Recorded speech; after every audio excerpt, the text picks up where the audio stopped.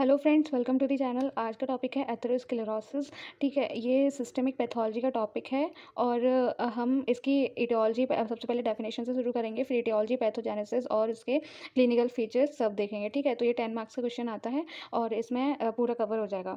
ठीक है, तो स्टार्ट करते हैं हम एथेरोस्क्लेरोसिस। ठीक है, तो ये क्या होता है? ये दो वर्ड से बनता है। ठीक है, एथ्रो और स्क्लेरोसिस। एथ्रो मतलब क्या होता है कि है ना, soft lipid rich material in the centre of atheroma. Plaque के अंदर अगर प्लेग फॉर्मेशन, अब इसमें ये तो है कि है ना, प्लेग फॉर्मेशन हो जाता है। ठीक है, प्लेग फॉर्मेशन के अंदर हमें लिपिड रिच मटेरियल मिलता है, मतलब हमें बहुत सारा अमाउंट में लिपिड मिलता है। ठीक है, उसको बोलते हैं हम एथ्रो। और स्क्लेरोसिस मतलब स्कारिंग हो जाती है। ठीक है, तो डेफिनेशन में हम देखें, thickening and hardening of large और मीडियम साइज मस्कुलर आर्टरीज। हमारे ऑर्गन्स में, हमारी बॉडी में आर्टरीज़ होती हैं, छोटी भी होती हैं, बड़ी भी होती हैं, मीडियम साइज़ की भी होती हैं। तो लार्ज और medium sized muscular artery involve होती हैं इसमें, और जो कि थिक हो जाती हैं और हार्ड हो जाती हैं। ठीक है, मेनली जो इन्वॉल्व होती है, आर्टरी की 3 लेयर होती हैं, एडवेंटिशिया, मीडिया और इंटिमा। ठीक है, तो जो इनर लेयर होती है, इंटिमा, वो सबसे ज़्यादा इसमें इन्वॉल्व होती है। मतलब जो मेन अफेक्ट, मतलब जो सबसे ज़्यादा अफेक्ट होगी वो कौन सी होगी? Tunica intima. ठीक है, it is characterised by fibrofatty plaque और एथ्रोमा। मतलब इसमें क्या होता है कि प्लेग बन जाता है। ठीक है, फैटी प्लेग बन जाता है, जिसको हम है ना, या तो एथ्रोमा कहें या फिर है ना फाइब्रोफैटी प्लेग कहें। एथ्रोमा का दूसरा नाम ही प्लेग होता है। ठीक है, जो कि है ना सही भी हो सकता है, मतलब रिवर्सिबल बोलते हैं उसको। ठीक है, तो ये सही भी हो सकता है। अब हम इसके देखते हैं रिस्क फैक्टर। सबसे पहले हम एक चीज़ देख लेते हैं। ठीक है, आर्टरी होती है, आर्टरी, ये उसका ल्यूमन हो गया, मतलब आर्टरी कुछ इस तरीके से होती है।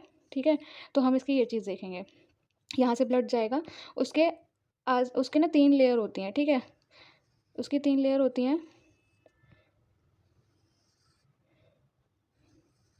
तो ये तो हो गई आउटर वाली एडवेंटिशिया, ट्यूनिका एडवेंटिशिया। ये जो मिडल वाली हो गई, ये हो गई हमारी मीडिया, और ये जो हो गई, वो हो गई हमारी इंटिमा। ठीक है, और ये अंदर हो गई हमारी एंडोथेलियम। ये जा रहा है हमारा ब्लड, यहाँ पे ब्लड जा रहा है। ठीक है, यहाँ से ब्लड जाएगा।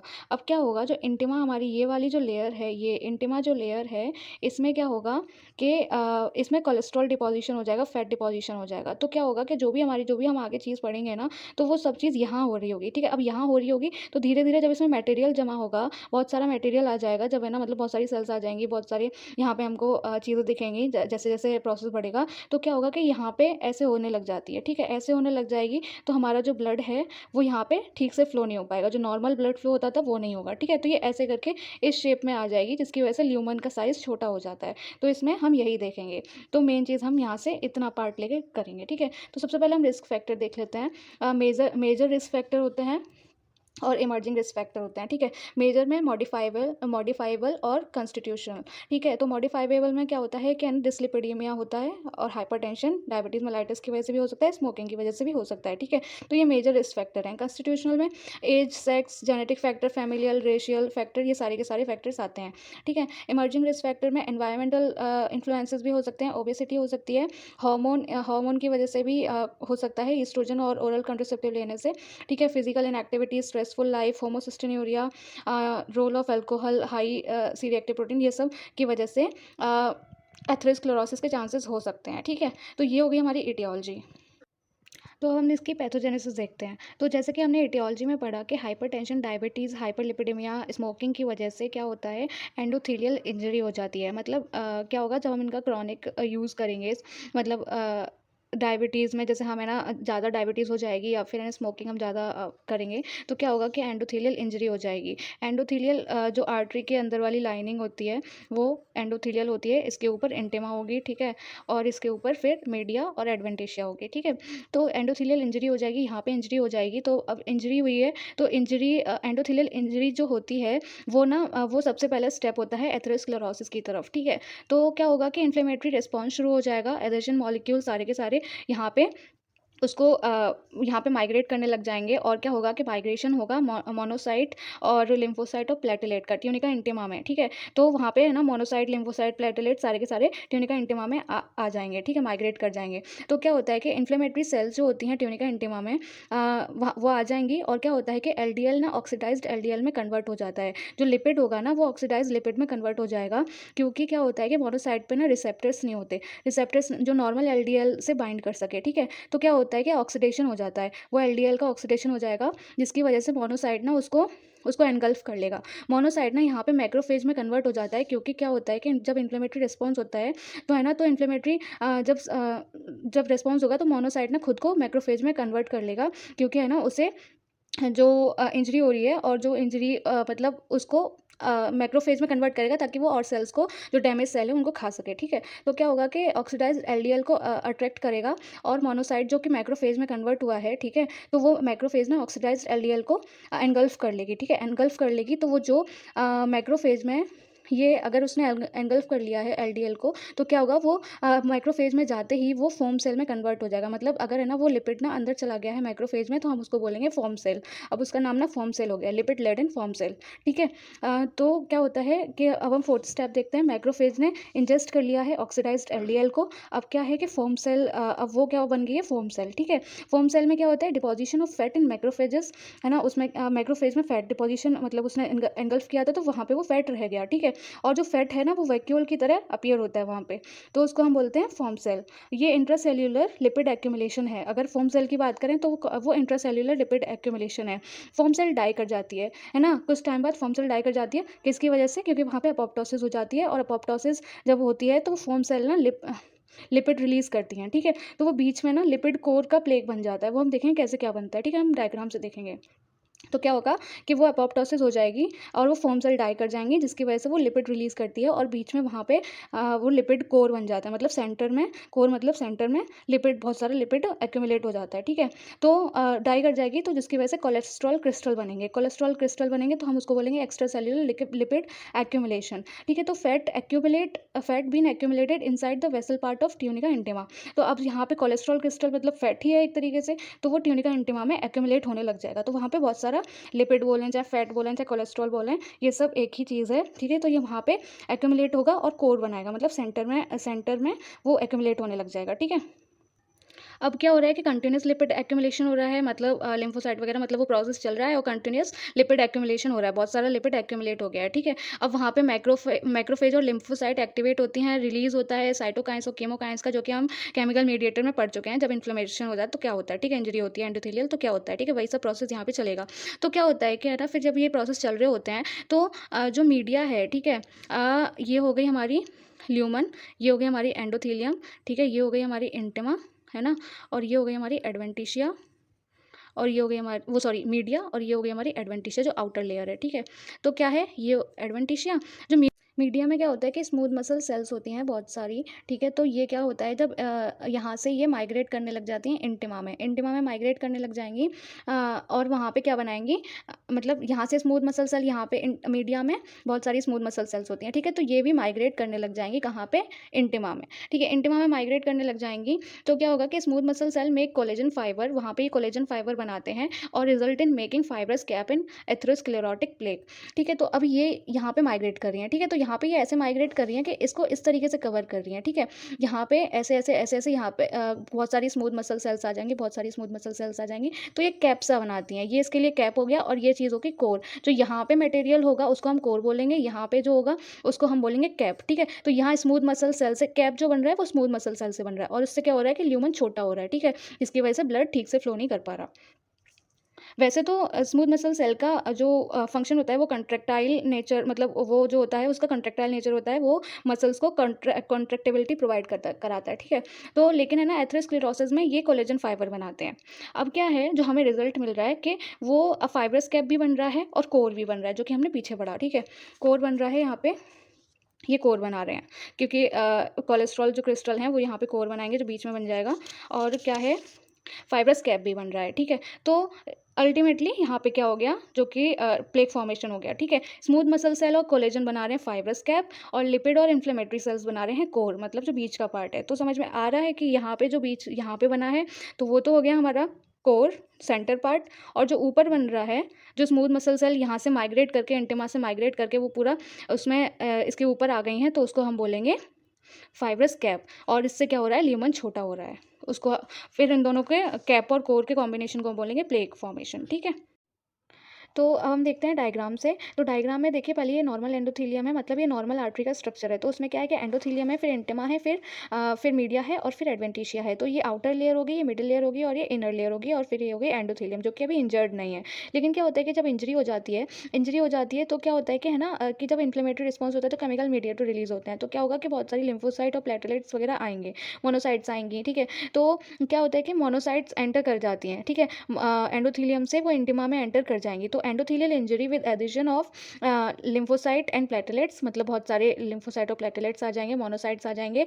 और ये देखिए मोनोसाइट्स हैं और जो कि है ना इंटिमा में एंटर कर रहे हैं, ठीक है। Monocyte migrate into the intima and transform into the macrophage, engulf lipoprotein and form cell. क्या है कि है ना जब मोनोसाइट माइग्रेट करेगा इंटिमा में, मोनोसाइट माइग्रेट करेगा इंटिमा में, ठीक है। तो ये यहाँ पे इंटिमा में आ गया है, इंटिमा में आ गया है। तो फिर वो फिर वो जब केमिकल मीडिएटर की तरह जब इंजरी होती है तो मोनोसाइट ना खुद को मैक्रोफेजेस में कन्वर्ट कर लेता है, ठीक है। और कन्वर्ट कर लेगा तो वो मैक्रोफेज में ट्रांसफॉर्म हो जाएगा और एनगल्फ करेगा लाइपोप्रोटीन को, ठीक है। और वो कन्वर्ट क्यों होता है, ताकि वो है ना जो भी इंजरी करने वाली चीज़ है वो उसको एनगल्फ कर सके, ठीक है। तो वो लाइपोप्रोटीन को एनगल्फ करेगा और है ना फोम सेल बनाएगा। अब क्या है कि है ना मतलब मैक्रोफेज है, अब उसके अंदर है ना फोम मतलब लाइपोप्रोटीन चलेगी। तो क्या है कि अब वो कोलेस्ट्रॉल मतलब फैट का है, फैट की चीज़ है, तो वो वहाँ पे इसके अंदर ही रह जाएगा, ठीक है। तो वो डाइजेस्ट नहीं होगा।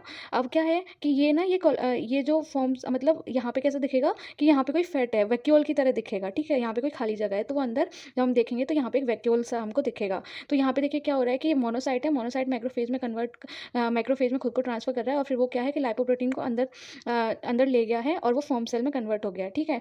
अब क्या है, अब देखिए ये है हमारी मीडिया, ठीक है, ट्यूनिका मीडिया। तो smooth muscle cell from media migrate to the intima and proliferate to form cell, ठीक है। क्या है क्या है ना ये जो स्मूथ मसल सेल है तो ये यहाँ पे इंटिमा में चली जाती है। तो इंटिमा में चली जाएगी तो इसका जो साइज है थोड़ा इंक्रीज होता जाएगा, ठीक है। स्ट्रेट थी, अब ये थोड़ी बढ़ती चली जाएगी, ठीक है। तो स्मूथ मसल सेल यहाँ से माइग्रेट करती जाएंगी इंटिमा में, तो ऐसे माइग्रेट करेंगे बहुत सारी सेल्स आ जाएंगी, ठीक है। तो यहाँ पे ये बहुत सारी इकट्ठी हो जाती हैं।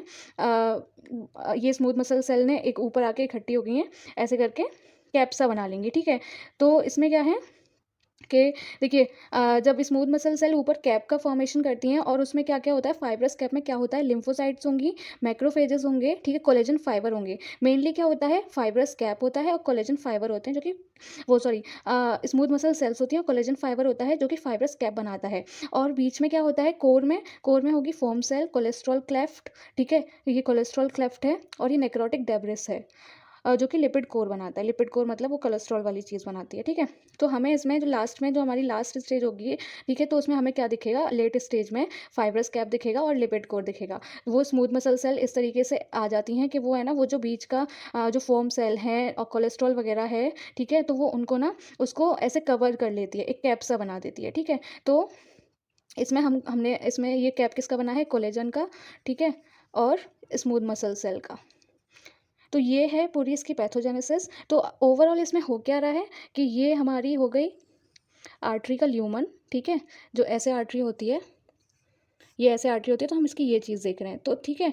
तो जो इसकी ये इसकी एंडोथीलियम हो गई, एंडोथीलियम के बाहर एक इसकी लेयर हो गई इंटिमा, ट्यूनिका इंटिमा, एक इसकी लेयर हो गई क्या, मीडिया, और इसकी एक लेयर हो गई एडवेंटिशिया, ठीक है। तो ये इसकी 3 लेयर हो गई, एडवेंटिशिया, मीडिया और ट्यूनिका, तो सॉरी इंटिमा, ठीक है। तो अब क्या हो रहा है इसमें कि यहाँ पे इसकी इंजरी हो गई है, तो जो भी अब यहाँ पे इंजरी हो गई है तो मोनोसाइट वगैरह इस इंटिमा में आके एग्रीगेट करेंगे, माइग्रेट करेंगे, ठीक है। तो यहाँ पे सारे के सारे आ जाएंगे और फिर क्या होगा, यहाँ से स्मूथ मसल सेल चले जाएंगे तो ये एरिया थोड़ा बड़ा हो जाएगा, ठीक है। यहाँ से स्मूथ मसल सेल जाएंगे और इस तरीके से इसको यूँ कवर कर लेंगे और यहाँ पे क्या होगा, बीच में कोलेस्ट्रॉल फॉर्म सेल और बहुत सारी लिम्फोसाइट वगैरह होंगी, ठीक है। तो इस तरीके से ये कैप बन जाएगा, बीच में कोलेस्ट्रॉल वगैरह होगा तो ये कोर बन जाएगा। और यहाँ पे क्या हो रहा है कि ल्यूमन का साइज़ कम हो रहा है, मतलब अब क्या होगा कि ये ऐसे बढ़ता जाएगा बढ़ता जाएगा बढ़ता जाएगा।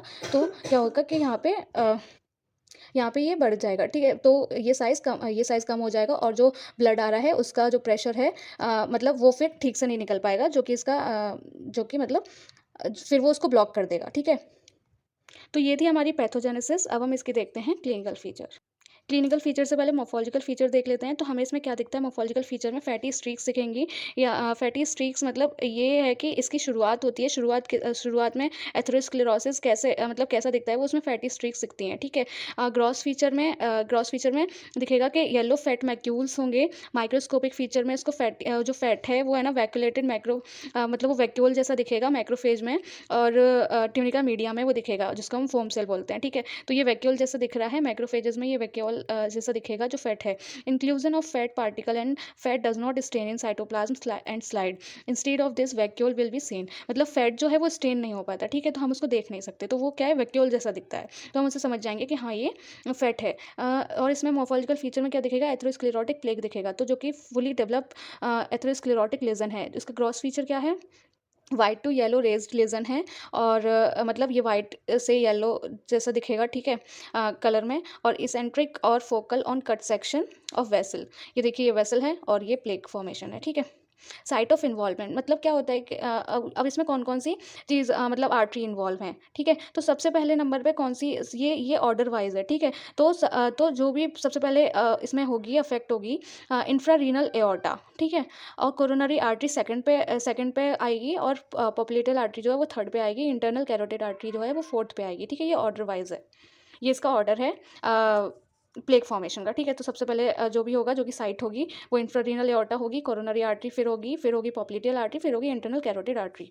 अब इसमें क्या है कि हम देखते हैं माइक्रोस्कोपिक फीचर, जो हमने एथेरोस्क्लेरोटिक प्लेक जो हमने देखा था, इसके ग्रॉस फीचर तो हमने देख लिया। अब हम देखेंगे माइक्रोस्कोपिक फीचर। तो माइक्रोस्कोपिक फीचर में क्या है, हमने जो पहले पढ़ा था, फाइब्रोफैटी डिपोजिशन हो जाता है, मतलब फाइब्रस और फैट का डिपोजिशन हो जाता है। तो उसमें क्या है, सुपरफिशियल फाइब्रस कैप होता है, जो कि किसका बनता है, स्मूथ मसल सेल का और डेंस कोलेजन का, ठीक है। और लिपिड रिच नेक्रोटिक कोर बनता है, मतलब जो बीच का पार्ट है, सेंटर का पार्ट है, ठीक है, जो वो कैसे बनता है, लिपिड रिच, मतलब उसमें बीच में फैट होता है, ठीक है। और उसमें नेक्रोसिस वाली मतलब बहुत सारी चीज़ों की नेक्रोसिस भी हो चुकी होती है, तो वहाँ पे वो डेब्रिस हो जाता है, ठीक है। तो एक्स्ट्रा सेल्यूलर लिपिड जो बाहर की तरफ का लिपिड होगा वो नेक्रोटिक डेब्रिस वाला होगा, और इंट्रासेल्युलर थ्रोम्बोसिस और फाइब्रिन से बना होगा, ठीक है। तो जो कोर है, बीच के पार्ट है, वैसे तो उसमें फैट भी होगा, लिपिड रिच है तो फैट भी होगा, फॉर्म सेल वगैरह सब होगी, ठीक है। तो फाइब्रोफैटी डिपोजिशन होता है माइक्रोस्कोपिक फीचर में देखें तो फाइब्रस कैप और लिपिड रिच कोर बनाता है, ठीक है। अब हम कॉम्प्लिकेटेड प्लेक की बात कर लेते हैं। तो ये फुली डेवलप एथ्रोमेटस प्लेक होते हैं। इसमें कैल्सिफिकेशन भी दिखता है हमको, थ्रोम्बोसिस भी हो सकता है, न्यूरिज्मल डायलिटेशन, अल्सरेशन, हेमोरेजेस, ये सब इसके कॉम्प्लिकेशन है। कैल्सिफिकेशन में क्या होता है, इन एओर्टा एंड कोरोनरी आर्टरी, ये किसमें होता है, कैल्सिफिकेशन किसमें होता है, एओर्टा और कोरोनरी में आर्टरी में हो जाता है। इंटिमा जो होती है वो एग की तरह, एग शेल की तरह क्रैक हो जाती है ना, और वो ओपन हो जाती है, ठीक है, क्रैक हो जाती है, और ठीक है, तो वो ओपन हो जाती है, तो वो कैल्सिफिकेशन जैसा दिखता है, ठीक है। अल्सरेशन में देखें तो है ना, एम्बुलस का डिस्चार्ज, मतलब वो हो जाता है, एम्बुलस टूट के जो कि लिपिड का बना होता है वो ब्लड स्ट्रीम में चला जाता है, ठीक है। और यहाँ पे जो ये वाला डायग्राम है, आप ये वाला डायग्राम भी बना सकते हैं, ठीक है। तो यहाँ पे ये वाला डायग्राम बन जाएगा कि वो कैसा दिखता है। तो ये कैप हो गया और ये कोर हो गया। अब हम देखते हैं इसके क्लिनिकल फीचर। क्लिनिकल फीचर में स्टेनोसिस हो जाएगी, जब ये क्रिटिकल स्टेज में पहुंचेगा तो इस्चेमिया कॉज करेगा, और कोरोनरी आर्टरी डिजीज जिसको हम सीएडी भी बोलते हैं। स्टेनोसिस में क्या हो जाएगा, सीएडी और पीएडी, कोरोनरी आर्टरी डिजीज हो जाएगी, पेरिफेरल आर्टरी डिजीज हो जाएगी। पेरिफेरल मतलब ये कोरोनरी तो हो गई हार्ट वाली, और है ना पेरिफेरल हो गई पॉप्युलेटल कैरोटिड, ये सब हो गई, ठीक है। अक्यूट प्लेक चेंजेस होंगे, इसमें थ्रोम्बोसिस होगा, थ्रोम्बोसिस किस में होगा, एक्यूट इस्चेमिया। और प्लेक चेंजेस में मतलब क्या होगा कि है ना, रप्चर हो सकता है, इरोजन हो सकता है, हेमरेज हो सकता है, उसकी वजह से क्या हो जाएगा, थ्रोम्बोसिस, ठीक है। एम्बोलिज्म होता है, प्लेक जो होता है वो ब्रेक हो जाता है और है ना दूसरी साइड पे चला जाएगा, जिसकी वजह से स्ट्रोक के चांसेस हो सकते हैं। एन्यूरिज्म में क्या होगा, due to the degeneration of vessel wall, है ना, वेसल वॉल का डीजनरेशन हो जाएगा, उसमें लार्ज आर्टरी भी हो सकती हैं, अयोर्टा, रीनल, मेसेंट्रिक, कैरोटिड आर्टरी भी हो सकती हैं, और स्मॉल आर्टरीज भी हो सकती हैं, जो कि कौन कौन सी हुई, कोरोनरी, सेरिब्रल और आर्टरी ऑफ लोअर लिम्ब, ठीक है। हर्ट, अगर वो हर्ट में होता है, मतलब हार्ट में अगर डिपोजिशन होता है तो क्या होगा, मायोकार्डियल इन्फेक्शन हो सकता है, इस्चेमिक हार्ट डिसीज हो सकती है। ब्रेन में अगर ये चीज़ हो रही है तो क्रॉनिक इस्चेमिक ब्रेन डैमेज होगा, सेरिब्रल इन्फेक्शन हो जाएगा। एओर्टा में अगर ये चीज़ हो रही है तो एन्यूरिज्म, थ्रोम्बोसिस, एम्बोलिज्म, ये सब चीज़ होगी, ठीक है। स्मॉल इंटेस्टाइन में हो रही है तो इस्चेमिक बबल डिसीज हो सकता है, इन्फेक्शन हो सकता है, और लोअर लिम्ब में गैंग्रीन। तो ये था हमारा एथेरोस्क्लेरोसिस, ठीक है।